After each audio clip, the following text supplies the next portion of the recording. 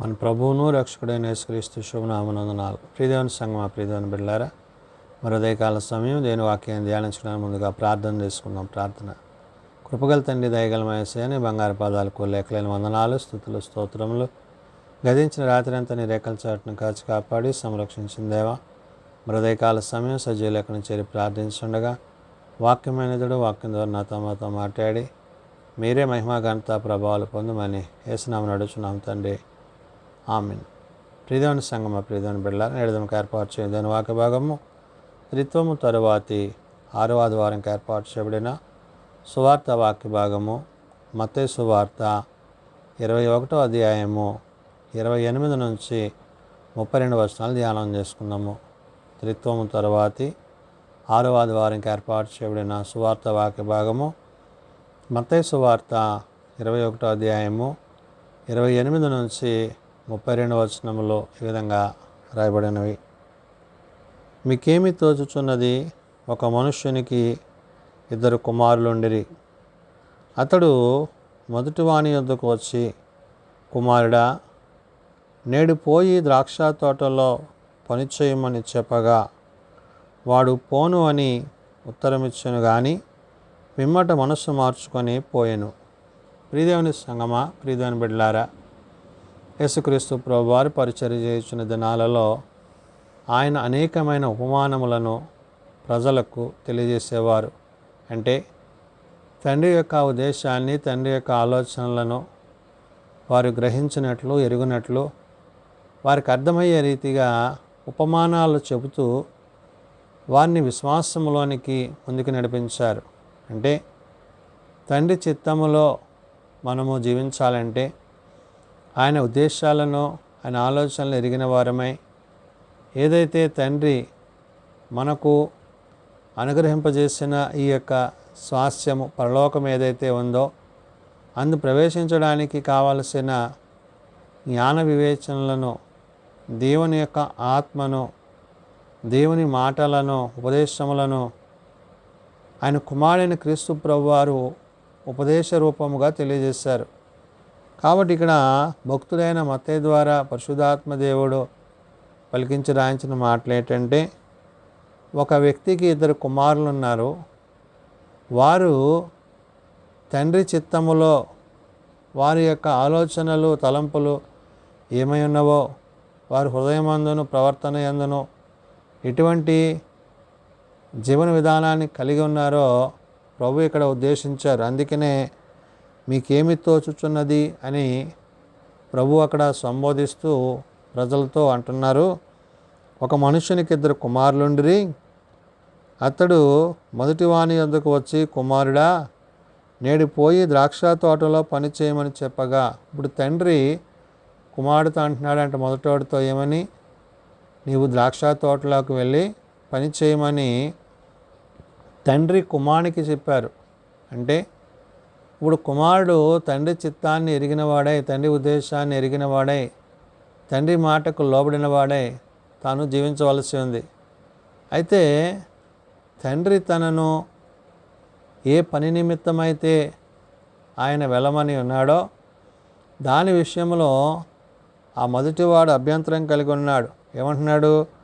వాడు పోనని ఉత్తరం ఇచ్చెను కానీ పిమ్మట మనసు మార్చుకొని పోయాను. మొదట తండ్రితో అంటున్నాడు కుమారుడు, నేను వెళ్ళను అని చెప్పాడు. కానీ చెప్పడం అయితే వెళ్ళనని చెప్పాడు, కానీ తరువాత తాను మనస్సు మార్చుకొని మరి తండ్రి చిత్తాన్ని జరిగించిన వాడిగా వెళ్ళిన వాడై ఉన్నాడు. తండ్రి చెప్పిన పని చేసిన వాడై ఉన్నాడు. అదే రీతిగా అతడు 2వ వాని యొద్దకును వచ్చి ఆ ప్రకారమే చెప్పగా వాడు, అయ్యా, పోదునను కానీ పోలేదు. ఈ ఇద్దరిలో ఎవడు తండ్రి ఇష్ట ప్రకారము చేసిన వాడని వారిని అడిగాను. ప్రభు ఇక్కడ 2 కుమారులను గూర్చి, తండ్రిని గూర్చి ఉపదేశాన్ని ఏదైతే ప్రభు ఉపమానాన్ని చెప్తున్నారో, ఈ 2వ వాని దగ్గరికి వచ్చి చెప్పినప్పుడు 2వ వాడు అన్నాడు, వెళ్తానన్నాడు కానీ తాను వెళ్ళలేదు. మొదటివాడు వెళ్ళనని తర్వాత మనసు మార్చుకుని వెళ్ళి తండ్రి చెప్పినట్లు చేశాడు. 2వ వాడు వెళ్తానన్నాడు కానీ వెళ్ళకుండా దానిని నిర్లక్ష్యం చేశాడు. ఈ ఇద్దరు వ్యక్తులను గురించి, తండ్రిని గురించి ప్రభు అక్కడ ఉపమాన రీతిగా చెప్పి ఏమంటున్నారు, ఈ ఇద్దరిలో ఎవడు తండ్రి ఇష్టప్రకారము చేసిన వాడని వారిని అడిగాను. ఎవరు తండ్రి చిత్తాన్ని చేశారని ప్రభు ప్రజలను అడిగినప్పుడు అందుకు వారు మొదటివాడే అనిరి. అంటే ఎవరైతే మొదట వెళ్ళనని తిరస్కరించాడో, తర్వాత మనసు మార్చుకుని తాను వెళ్ళి తండ్రి చిత్తాన్ని జరిగించాడో ఆ మొదటి వ్యక్తే అనే విషయాన్ని ప్రభువుకి వారు గుర్తు చేశారు. అంటే దేవుని చిత్తాన్ని జరిగించుటలో, దేవుని ఉద్దేశాన్ని నెరవేర్చుటలో దేవుడు మనకిచ్చిన స్థితిని, ప్రాధాన్యతని ఆయన కుమారుడైన క్రీస్తు ప్రభు వారు ఎలాగైతే ఈ లోకంలో జరిగించి నిర్వహించి ఆయన మనకు ఒక మాదిరికరమైన స్థితిని చూపించారో, ఇక్కడ తండ్రిగా ఆ తండ్రి యొక్క బాధ్యతను కలిగి ఉండవలసిన బిడ్డలలో మొదటివాడు వెళ్ళనన్నప్పటికీ మనస్సు మార్చుకుని వెళ్ళాడు.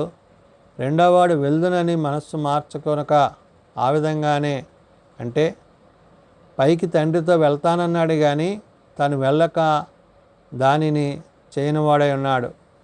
కాబట్టి ఇక్కడ ప్రభు అడుగుతున్నారు, అందుకు వారు మొదటివాడే అనిరి.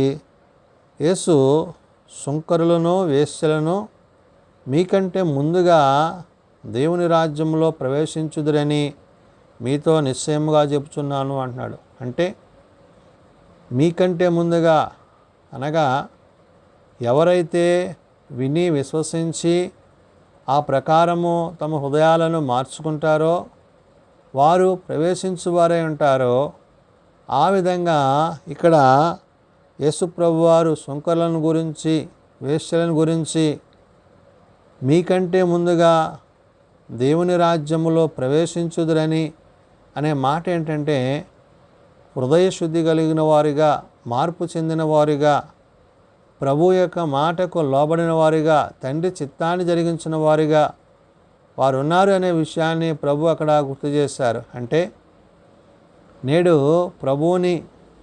ప్రభు యొక్క చిత్తాన్ని ఎరిగి జీవించవలసిన మనము ఆయన చిత్తాన్ని కాదని ఒకవేళ ఆయన ఉద్దేశాలను విడిచిన వారమైతే కనుక ఆయన రాజ్యములో ప్రవేశించలేమనే విషయాన్ని ప్రభు ఇక్కడ ఈ ఉపమానము ద్వారా మరి తండ్రి తన ఇద్దరు కుమారుల యొక్క ఉపదేశం యొక్క ఉద్దేశాన్ని తెలియజేసి చెప్తూ ఆయన ఈ మాటలు ఇక్కడ మాట్లాడుతూ, అందుకు యేసు సుంకరులను, వేశ్యలను మీకంటే ముందుగా దేవుని రాజ్యంలో ప్రవేశించుదురని మీతో నిశ్చయముగా చెప్పుచున్నాను అంటున్నారంటే, మార్పు కలిగిన వారిగా, మారు మనసు కలిగిన వారిగా, దేవుని చిత్తాన్ని జరిగించిన వారిగా వారు ఉన్నారు కాబట్టి వారే ప్రవేశించువారే ఉన్నారు అని గుర్తు చేస్తూ, యోహాను నీతి మార్గమును మీ యొద్దకు వచ్చెను, మీరతని నమ్మలేదు.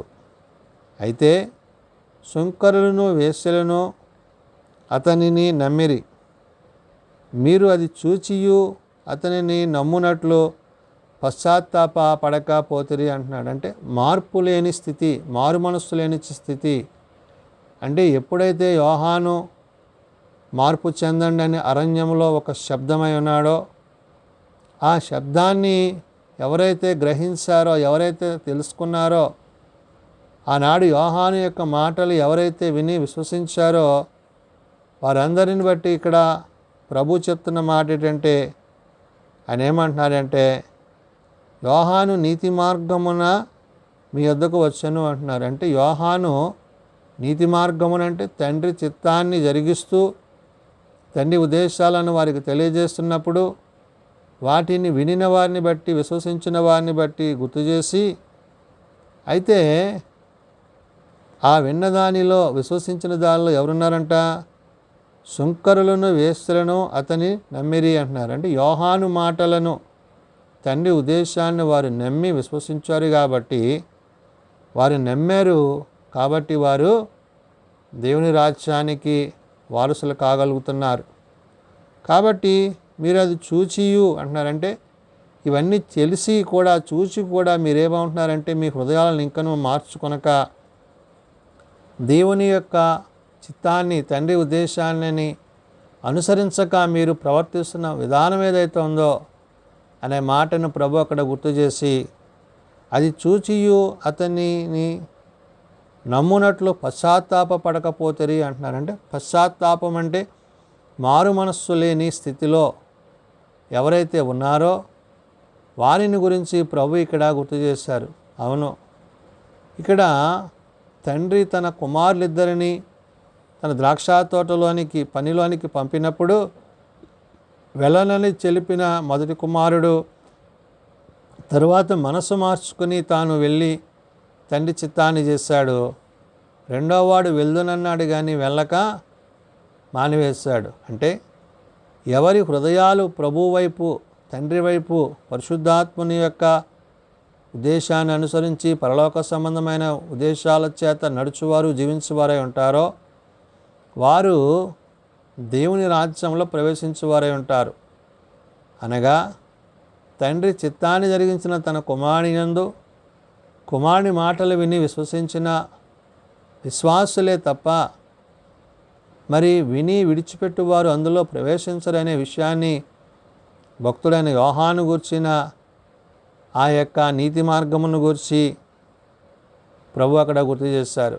కాబట్టి నేడు ప్రభు యొక్క మాట చేత, ప్రభు యొక్క ఉపదేశముల చేత ఆయన మనకు తెలియజేస్తున్న అనేకమైన సంఘటనలను బట్టి మన హృదయాలను కఠినపరుచుకొనక దేవుని యొక్క నీతిని, దేవుని యొక్క రాజ్యాన్ని, దేవుని యొక్క ఉద్దేశాలను ఎరిగిన వారమై తండ్రితో, కుమారునితో, పరిశుద్ధాత్మతో సదాకాలము జీవించువారమై ఉండాలని ఈ త్రిత్వ కాలములో ఈ 6వ సబాతు దినాన్ని దేవుడు తన లేఖనాల ద్వారా మనకు తెలియజేస్తున్న మాట, హృదయ పరివర్తన కలిగిన వారమై, వాక్యమందు జీవించువారమై, తండ్రితో సదాకాలము ఉండువారమై, ఆయన నిత్యరాజ్యంలో ప్రవేశించువారమై, ఆయన పిలుపును విడిచిపెట్టక ఆయన పిలుపునకు లోబడి జీవించువారమై ఉండాలని భక్తుడైన మత్తయి ద్వారా పరిశుద్ధాత్మ దేవుడు తెలియజేస్తున్న మాటలు.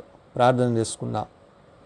శాశ్వతమైన ప్రేమతో ప్రేమిస్తూ విడవక ఎడబాయక కృప చూపుచున్న తండ్రి, అవును నాయన, నీ చిత్తం ఏమైనదో, నీ ఉద్దేశం ఏమైనదో దాన్ని విని విశ్వసించి గ్రహించి జీవించుటకు మాకు నేర్పించండి.